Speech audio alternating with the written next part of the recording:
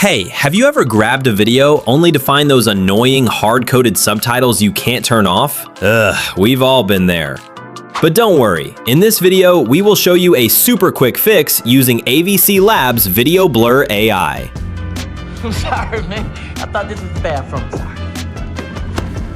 Lee, I got a big problem, man. This boy's on steroids. He got a head like Barry Bonds. Oh, no. No, come on, man.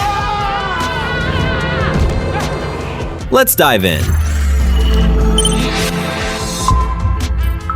Step 1. Just import your video.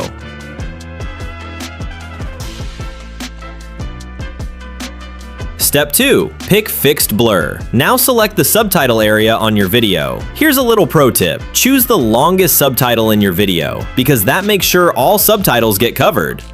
Then hit remove on the right panel. Give the tool a few seconds and watch the magic happen. And just like that, your subtitles are gone. Clean, smooth, perfect. Finally, export your video. See? Removing hard-coded subtitles doesn't have to be a headache. With AVCLabs Video Blur AI, it's fast and easy.